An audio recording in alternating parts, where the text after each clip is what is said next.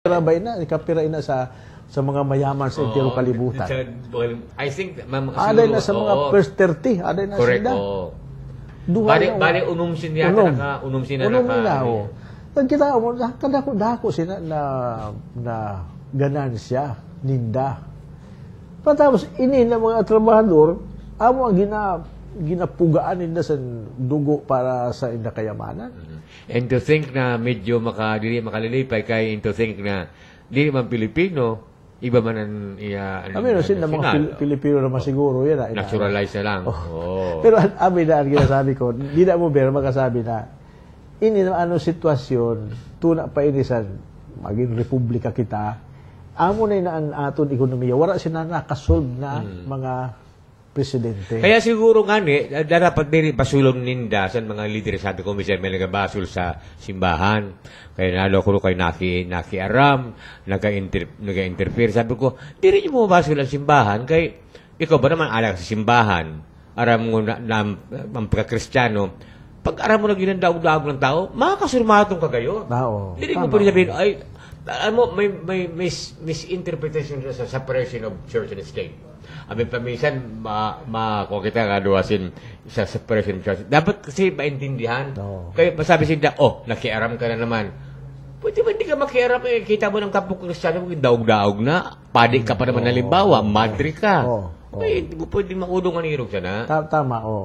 And ini kaya, pag medyo may nasasakitan dahil sina na kamatuodan, ada na dila na argumento sa separation of church and state. Amo kayo do. Dili na pwede magamito na naman. Kaya ang ginasabi nila, ada na sa mga layi. Dili man na kay inimbento sa simbahan. Pero ini na pag-analisar sa sosyedad, sa sugad sana, dili man ni kay bag-o na ginasabi ko. Santo pa man. Santo pa, oo. Kaya gani ang ginasabi dili man kay sabi santo sa panahon sa ng mga aktivista. Kaya gusto nila social reform. I-reform tayo sa sosyedad na inequality mahali ini. Sabi ko, paano na paghali sila? Ang mga presidente, pag tamak na maging presidente, amo na ina na makita nila. Kung ano kay sige, atong problema sila. Kaya amo, dili man talaga na madali-dali. Di ka man pwede man sabi, kami mga problema, taga-anta ka mo kwarta, dili man sugad siya na. Kaya sabi na niya, dili nga reform ang kinahanglan sa panahon, ang kinahanglan social revolution. Aminan ko anina social revolution, kaya sabi nila, ini na mga sinasitwasyon, ang solution daw sila, revolution. Pero kung man, ano ba iba na klase ang revolution? Di naman pag sinabing revolution, maisip mo na inan kuan.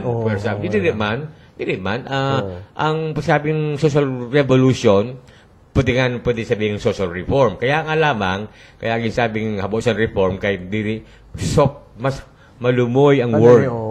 Pero kung revolution, hadlok kasi na. Hadlok ka, Pero mo lang gusto sabihin na ini na struktura sa aton ekonomiya na sugad na sana feudalistic. Kaysa para sa mga Kastila, amoy na, iridata man lang. Kag sugad sana, halimbawa, ikaw nasa 1% ka na mayaman, saan man ako pwede magsabi na, okay, mapahunod kami sa mga pumahala para ayuntan mga kuan. Madugay. Kag inisinda, pero milagay sa inda. Kung ganansya, kung may kwarta ni sinda, dili man gina-deposito dili, pumadara rin sa ibang lugar. No? Hindi naman sila nag-negosyo. Ang negosyo negosyo sa Pilipinas, kada mo ang pobre, hindi naman sila nagakuha sa kapital o sa mga indakita. Hindi naman sa mga pobre. No? Pero, kung ang si struktura, magsabi, ang pobre, mas nagapobre pa gayon, ang mayaman, mas nagayaman. Dako na problema, kaya kaya dili na hahatagan na solusyon na ma-distribute man na kayamanan, na makapakinabang man ang kadamuan. No? Ang CARP, usa din na pamaagi, na Comprehensive Agrarian Reform. Siguro ang pinakadako na solusyon, isa na solusyon na dapat pwede magbago, pero napaka-difficile na matuman. Siguro, kung 100% siguro, hindi po nga 1.02, hindi pa pwede. Tinatawag na, dapat tumano ninyo, aramon nyo ang tinatawag na social conscience. Oo, tama. Mahirap difficile talaga na imo ka sundon ang may konsensyang social ka. Mahirap lalo na pag mayaman ka na, nakatikim ka na, nakatilaw ka na sin medyo damo-damo na kwarta. Habo mo ang kwarta maibanan. Pag sinabing di ko kailangan ng social conscience dahil hindi ko pwede may party ang kwarta ko, pinagalan ko ini. Tama mahirap ang social conscience na So, ini na aton mag-istorya, Bert.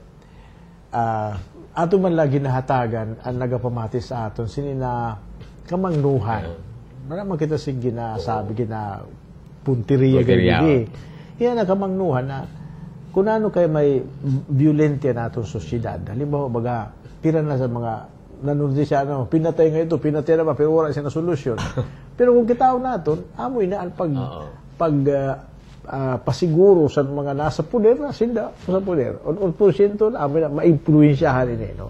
Amoy na wala sa iba na solusyon sina. Pag dili man kami sa among pagdiskuterya na aga, dili man kami na uurit sa mga mayayaman. Dili po. In fact, inilipay nga lang kami na bataw man mo estado, di ba kami na uurit sa mayumamang ka? Kasi baka sabi sa mga tao, nainggit lang kamo kay mayaman kami. No, dili na.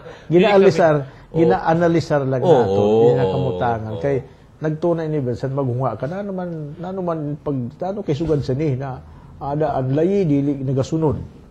Gina-analisar ko lang, na sugad sa na talaga ang pagsabot. No? Kag, dili man ni kay original ko, kundi nabasa ko man ini, kundi ambot, kundi ko nabasa, pero amoy na ang pasurunod sina.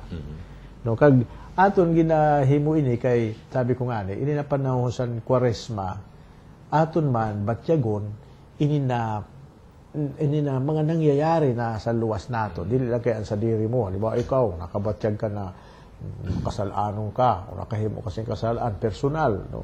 Tama man ina. Pero, kung dili mo kitaon ang imo patalibudan, nano nangyayari sa aton, nano kay igwasin mga human trafficking, nano kay nagalaman drugs, nano kay illegal fishing, dili nasasaway, nano kay ang violensya, permit. Taon-taon lang may bati ka, pinatay. Kung imo investigaron ay kuan ini.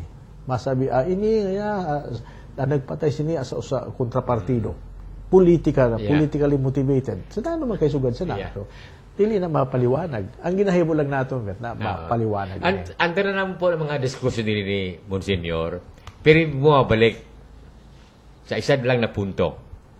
Kung para maniwala kami na mahal mo ang Diyos, palanggawan mo ang kapwa mo. Amo ganinan, commandments ka na, napakakusog na, no? Tama na. Amo man ini ang gusto sabihin sa Kwaresma yan, na panahon na ginasulong kami sa simbahan, kung naabot ang Kwaresma, ini na alay kapwa.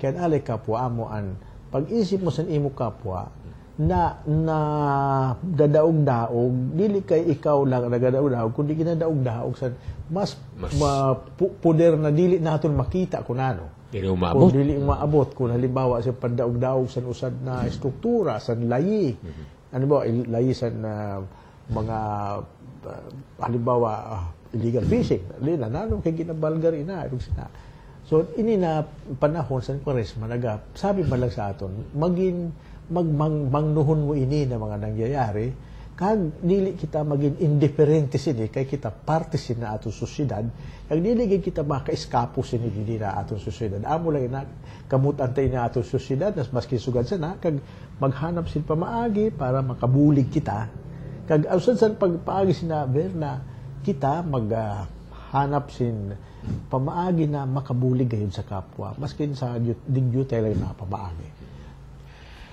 Abot na lang kita din, mga kaigmanghulan, panahon na sa pagpaaram, kag nagalaam kami na